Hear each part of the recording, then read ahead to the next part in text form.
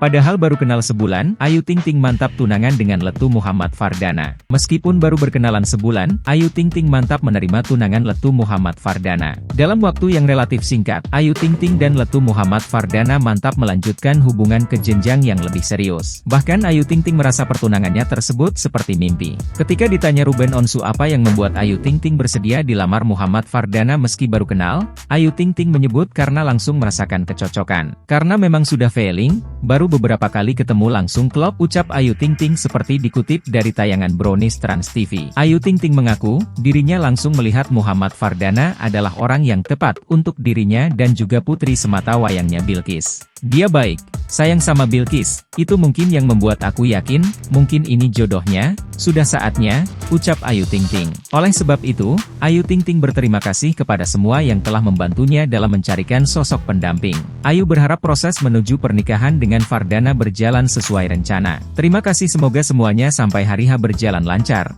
ucap Ayu Ting Ting. Ayu Ting Ting sendiri tak menyangka, dirinya bisa menjalani prosesi lamaran lagi setelah 10 tahun menjanda. Gue kayak mimpi.